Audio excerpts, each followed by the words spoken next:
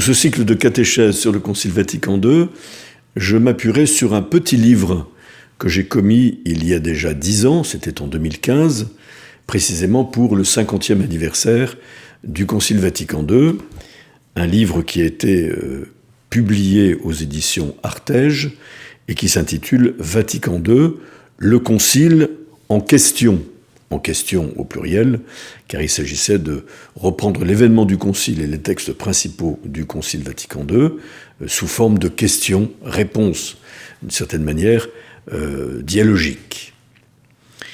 Et je voudrais commencer, comme je le fais dans ce livre, par un témoignage personnel, car il est évident qu'il y a 60 ans, j'avais 8 ans. Quand le Concile a commencé, j'en avais 4 ou 5. Et par conséquent, je n'ai pas vécu l'événement du Concile d'une manière très précise. Je l'ai reçu plutôt comme un héritage, selon une formule tout à fait fine d'un jeune prêtre alors du diocèse de Bayonne, au cours d'une des premières sessions du Concile presbytéral, après mon arrivée dans le diocèse de Bayonne il y a déjà plus de 17 ans. Et je me souviens qu'on avait fait un tour de table avec des prêtres qui étaient plutôt des anciens à l'époque, sur ce qu'il leur restait du Concile Vatican II. Et la plupart des anciens disaient avoir vécu ce concile dans l'effervescence d'un événement fondamental. Et il est évident que nous nous situons dans cette ligne.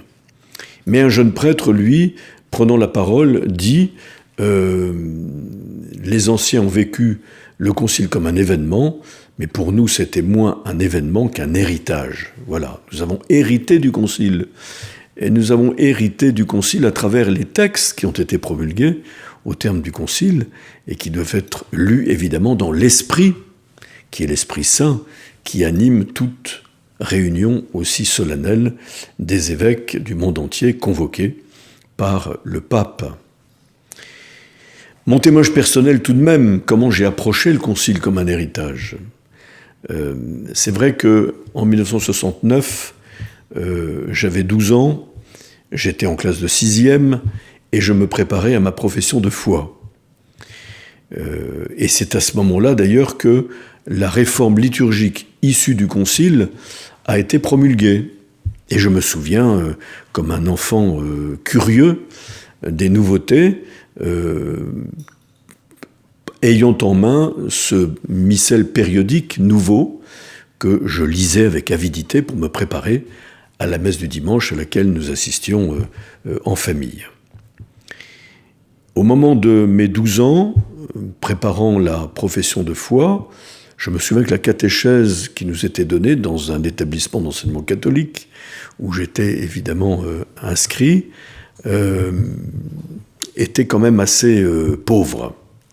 Et c'est ma mère qui trouvait que c'était tellement pauvre qu'elle m'a confessé « Tu ne peux pas te préparer à la première profession de foi sans connaître vraiment ton credo et sans l'avoir approfondi. » Et dans son réflexe de maman catéchiste, si je puis dire, elle va à la librairie, ramène un petit catéchisme de nos enfants en questions-réponses, celui que j'avais connu étant tout petit dans ma première paroisse de campagne, et que ma mère avait elle-même connu dans son enfance, et qui a perduré jusque dans les années 60. Et ce fut ma joie de réciter ma leçon de catéchisme sous forme de questions-réponses dans la cuisine, assis sur le petit tabouret blanc de la cuisine, alors que ma mère préparait le repas. Et ces formules amies de la mémoire se sont gravées dans mon cœur.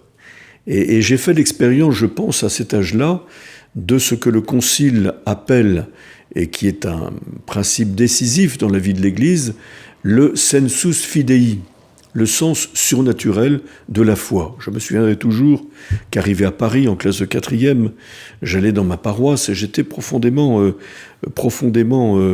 choqué, heurté dans ma foi d'enfant ou d'adolescent par ce que le curé nous disait sur des fondamentaux de la foi qui sans doute n'étaient pas tout à fait conformes à ce que j'avais reçu dans le catéchisme.